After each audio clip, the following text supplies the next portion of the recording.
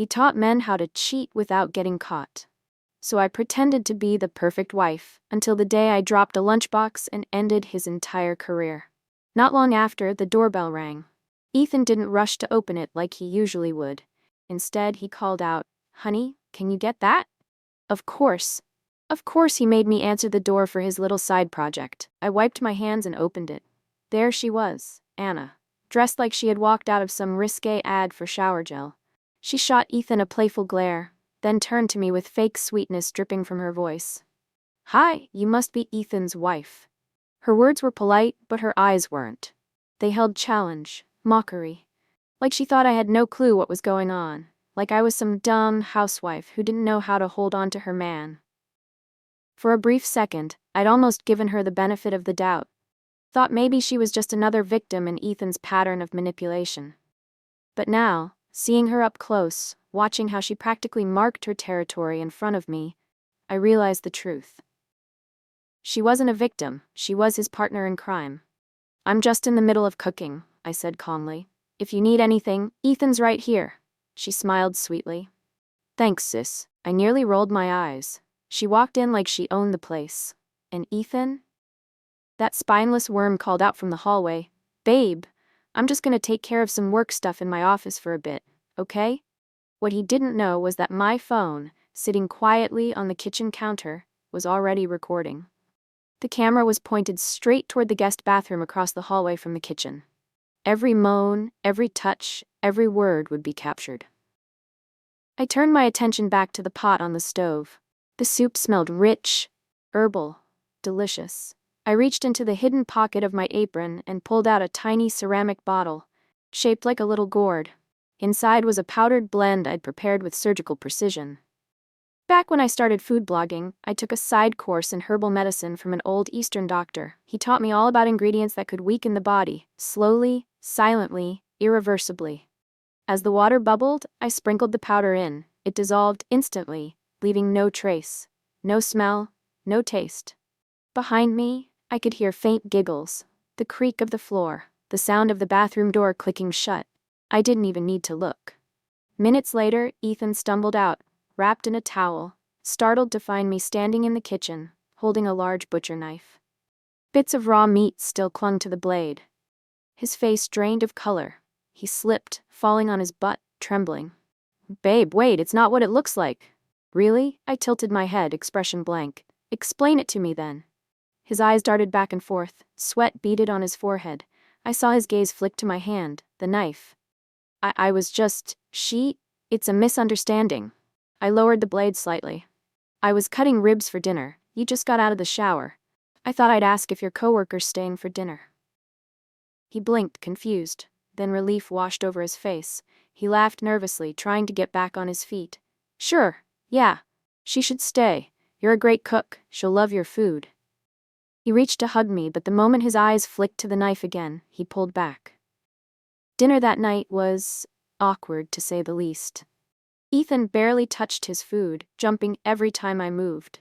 Anna tried playing footsie under the table, but he couldn't even look at her. He was clearly haunted by the image of me standing in that kitchen with a blade and a smile. As Anna said her goodbyes, she gave Ethan a sickly sweet, "See you at work, babe," and turned to me with a glare masked as a grin. That night, I brought a potted plant into our bedroom. A specific type, subtle, common-looking, but known for its scent that triggers vivid, disturbing dreams in people who've recently experienced fear or stress. Ethan began to toss and turn the moment he drifted off. Beads of sweat on his brow, whimpers in his sleep. I lay next to him, eyes wide open, watching. A smirk curled on my lips. "Sweet dreams, darling. This is only the beginning." For the next week, Ethan barely slept. Every night the same thing. He'd jolt awake, soaked in sweat, gasping like he'd just escaped a nightmare. And every time I'd be right there beside him, stroking his back, whispering soft reassurances. "Shh, it's okay. You're safe. I'm here." He'd nod, eyes glassy and haunted, and collapse back into the pillow like a child. The truth was, he wasn't dreaming. He was unraveling. The scent of that little potted plant beside our bed worked like a charm, triggering cycles of nightmares and false awakenings, making him question what was real and what wasn't. It was subtle, undetectable, legal, but incredibly effective. His appetite shrank, his skin paled. The girl who used to text him every hour was now getting brushed off. I read every message she sent, more photos, more innuendos, but Ethan had no energy left to respond. At work, I made sure to keep up appearances. Every other day, I'd show up at his office with a homemade lunchbox and that warm, doting smile that said, "I'm the perfect wife." One afternoon, I arrived just as Chloe was leaving Ethan's office. She gave me that same disdainful side-eye, like I was the intruder in her relationship. I walked past her, placed the lunchbox on Ethan's desk, and smiled sweetly at my husband, who now looked like a ghost of himself. Hollow eyes, tired face, skin sagging from the weight of sleepless nights and herbal poison. "You don't look so good," I said gently. "Maybe you should rest more." He shook his head, but when I stepped closer, he actually flinched. "Good." I let out a little sigh, just enough to sound hurt, and turned to leave. But instead of taking the elevator like usual, I took the stairs. Why? Because I saw Chloe heading that way, and I was curious what a woman like her says when no one's listening. The stairwell smelled like cigarette smoke and cheap perfume. I could hear her muttering to herself. "What the hell's wrong with him lately? Did someone else get to him? Maybe that new intern? That bitch better not be stealing my time." She turned around mid-rant and locked eyes with me. "Oh, look who it is. Leaving your husband's office so soon?" I didn't say anything. I didn't have to. The look on my face said it all. She stepped down toward me slowly, crossing her arms, her expression sharp. "You heard everything, didn't you?" Still, I stayed quiet. "Relax," she said with a laugh. "I'm not trying to break up your happy little marriage. I just want what I need from him. Once I get it, he's yours again. Like he was a borrowed appliance or something." I finally tilted my head, raised an eyebrow, and said, "You seriously think I still want what's already been used?" Her smile faltered. "Sorry, sweetheart, I have a thing about cleanliness." Chloe blinked, then laughed again, stepping closer, so close I could smell the smoke on her breath. "You're way more interesting than I expected." I leaned in, lips inches from hers, and said coldly, "You have no idea." Then I walked away. Back home that night, I sent her a friend request from one of Ethan's dummy accounts. She accepted almost instantly. I messaged her, "Wanna know why Ethan stopped chasing you?" She replied in less than a minute. Bingo. It turned out she wasn't just a fling, she was obsessed. Texts, please, begging for him to come back. He had even blocked her recently. The desperation was perfect. Each day I continued delivering his meals. Each time the soup was slightly stronger.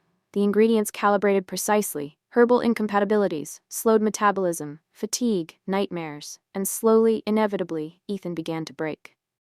The day everything came crashing down started off like any other.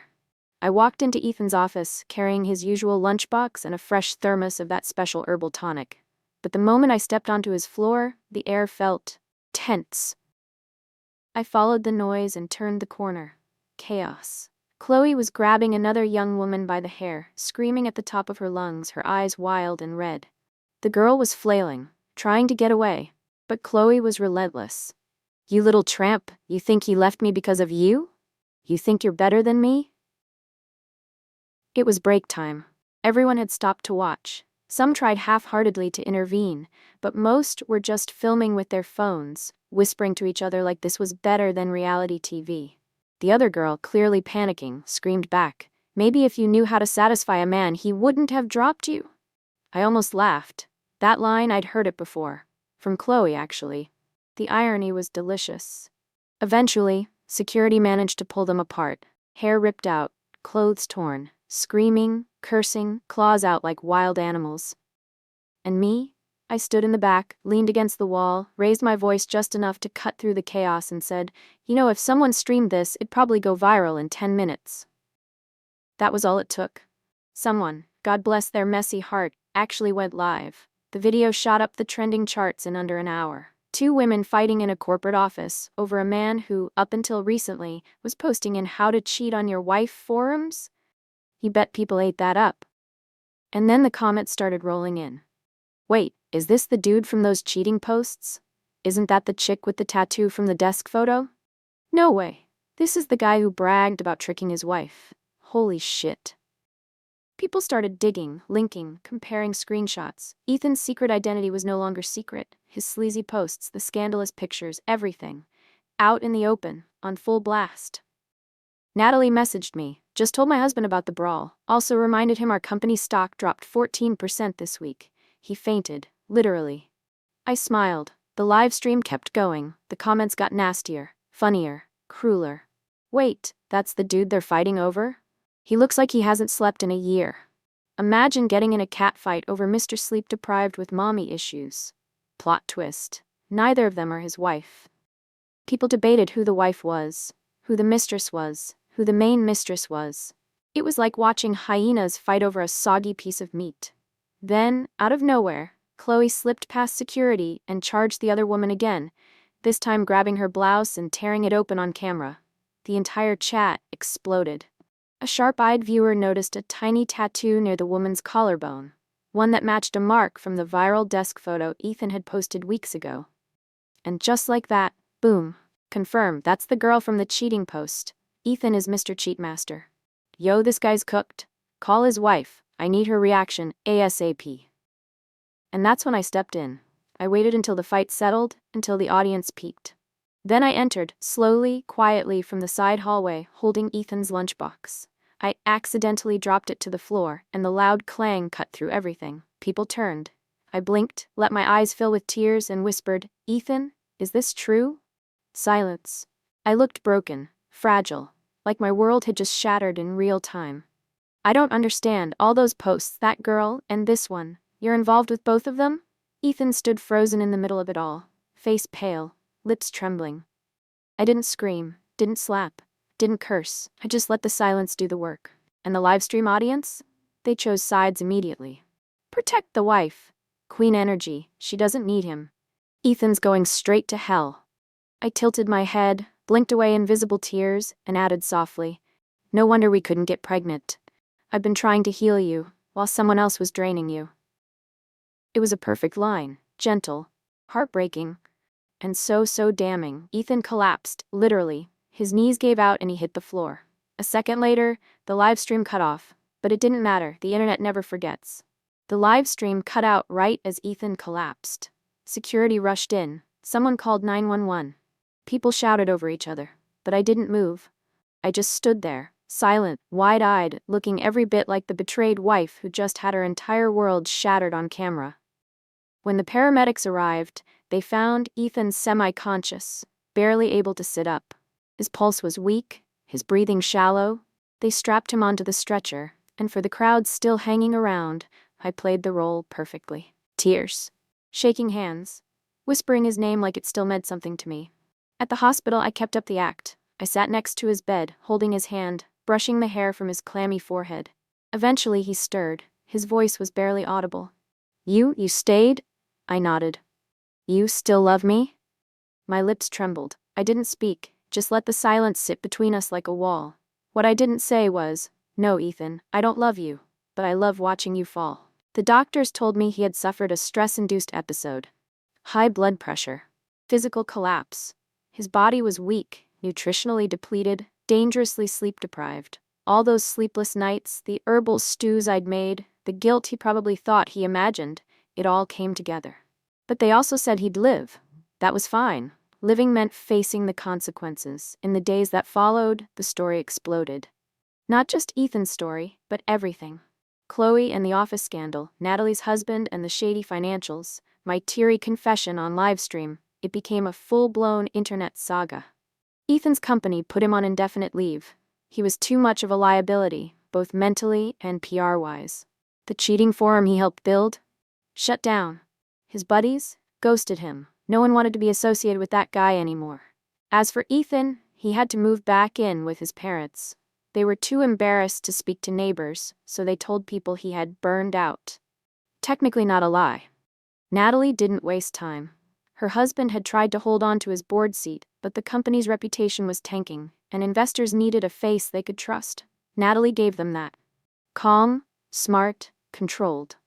He was quietly removed, and she was promoted to CEO within the month. She didn't divorce him, though. Not officially.